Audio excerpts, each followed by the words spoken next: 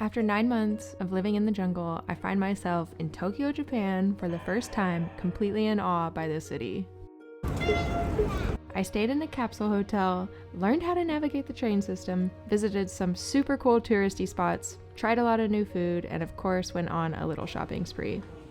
This is my first time in Japan. Let's start from the beginning. It took me 2 days to get here from Madagascar. It was quite long, but I think it was very worth it.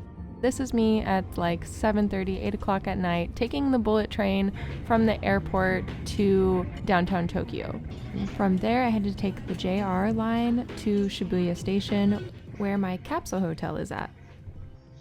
At this point, delirium from traveling and the time difference was really starting to kick in, so when I got off at Shibuya Station, I was wandering around in circles with my luggage, looking for my hotel. Oh my god, I found it. There are a lot of amazing capsule hotels to choose from in Tokyo, but I went with the Millennials. The cost is around $150 per night. So I checked in and then checked out the common area. It's a very cozy, inviting atmosphere. You can be social or you can not be. It's up to you. But there's lots of complimentary drinks to choose from, some filtered water, there's herbal teas, coffee, and they have free snacks and beer on tap in the evenings, and there's even a workspace floor. I booked a room on the female-only floor just because men snore. My capsule was at the very end of the hall. I chose this capsule hotel because of the location. It was close to Shibuya Station, and also the beds are bigger, so you can see it's a full-size bed here. I unpacked and I organized without being loud. I had to whisper and be pretty quiet. Each of these have shades that you can pull down for privacy. The bathrooms are shared. The showers have nice smelling lavender toiletries, and you can even buy some of them as souvenirs in the shop. There's a washer and dryer on this floor, and I believe there's one on every floor, which I took advantage of on my last night here. Here's the toilet seat. It automatically flips up, and I believe it's heated. So I am pretty jet lagged and tired. It's about midnight here, which is good. So I'm gonna go to bed. Each bed has a phone that controls the lighting and the bed. You can set an alarm and the lights will come on at the time that you choose, and then the bed can also slowly rise to sitting position, which I tried one day and it was really tough. Yeah. Good night.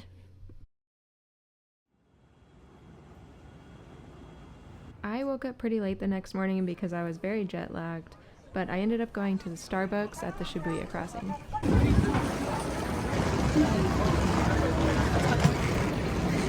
This Starbucks was unique in that you could only order tall drinks or the smallest size, and it was card only. There were things that I definitely wanted to buy, like this. You have to buy a drink to be able to enjoy the view, so after that I went to go find a spot to watch the crossing.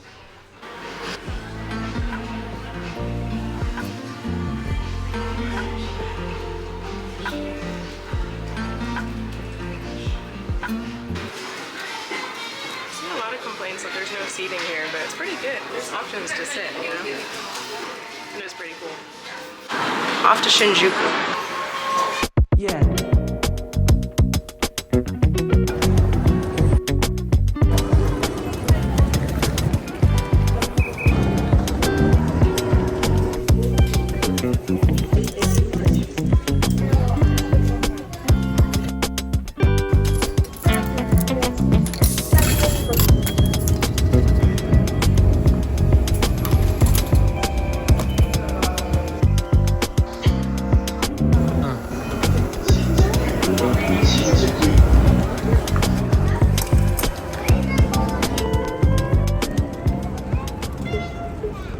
I swear, Tokyo is like New York times 10, and I love the Japanese logo for Apple stores.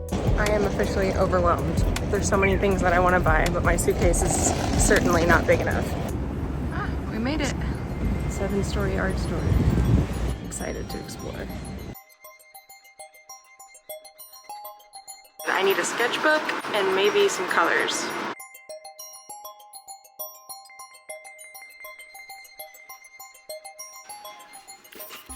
I was looking for a good pocket-sized sketchbook with watercolor quality paper. I almost bought this sketchbook, but I found one that was open and I didn't like the quality of the paper inside. It was just a matter of picking the right materials. There were so many options. So I was really attracted to red while I was in Japan. For some reason, the audio stopped working here. I got a little pouch to put all of my new supplies in. I was really excited. I needed something good for traveling around, and it has a couple sleeves. I also got a sketchbook. This one is the one I went with. I was really excited to try it. These are some markers that I found, Japanese brand. I went with the pale option because I just wanted something to fill in color. I also got some little paintbrushes. I also got this dark green ink brush pen. I've seen some artists do some cool things with that. There was a whole shelf of glitter ink brush pens, and I just went with one. They're kind of expensive, but I got the red one, and then these are the other red art supplies that I got. I got a Tombow marker and a red colored pencil. Tombow markers are so cool. I love that I can mix it with water and dilute the color a little bit, make it not so harsh. I opened everything up and put it in my pouch so that I could be ready to sketch on my walks around Japan. That meant that I had a lot of trash to carry with me as well, but at least I had my art supplies organized. There are no trash cans on the streets in Japan, so you have to bring it back to wherever you're staying.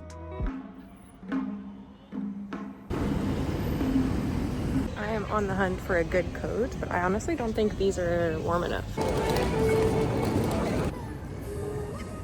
I just walked around Shinjuku and did all the touristy things, like checking out the Godzilla head. So cool. And I was getting hungry, so I stopped off at this restaurant. I got some orange fried chicken, some miso or seaweed soup. The vibe at this restaurant was just really cool. It was my very first meal in Japan. Look, it's alive.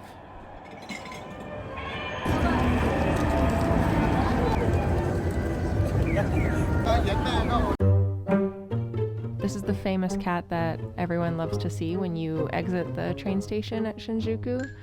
Forget its name, but it's really cool. I think I'm gonna head back to Shibuya. Maybe go to the Sky Tower?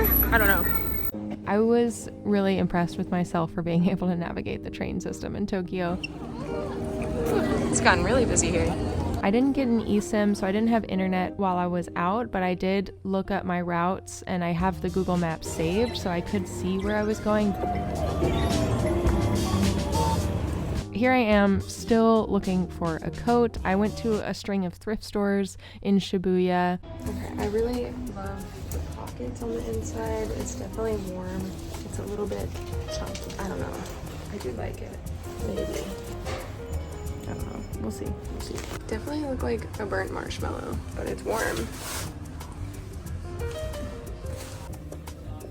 I really wanted to get that Spirited Away jacket in Bingo, but I can't justify $300 for that. So I checked out multiple thrift stores for coats and I couldn't find something that I loved a lot. I tried to go to the Sky Tower, but the tickets were full for the day. It was my last night in Tokyo, so I just looked at the crossing from different angles, and the afternoon and evening is way cooler than the morning. There's just so many more people, and all the flashing lights just make it even more surreal. Look at all these people! Insane.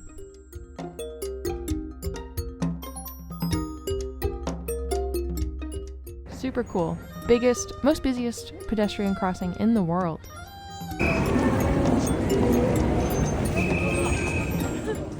Then I stumbled upon the Hachiko Statue, very famous, a long line of people trying to take selfies with it. I love the story behind this statue. Go look it up.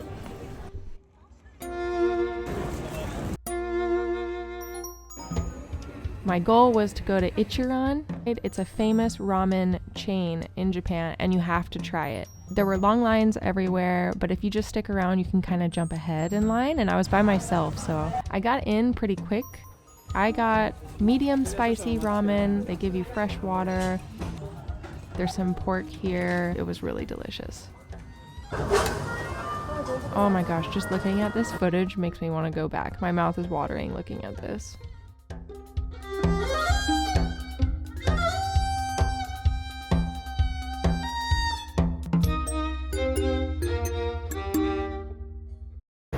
Ooh, that was really good. Super good. What are those? By this point in the trip, I was getting really desperate to find the right coat for me because it was freezing. Okay, who is she? Wow, I really wanted to look like this, but it was a little bit too cold.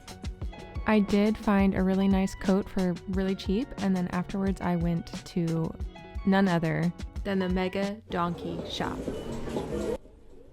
If you don't know what this is, it's this huge shopping center with tax-free goods. It has everything and anything you can think of. 7 floors, and it was a wild experience.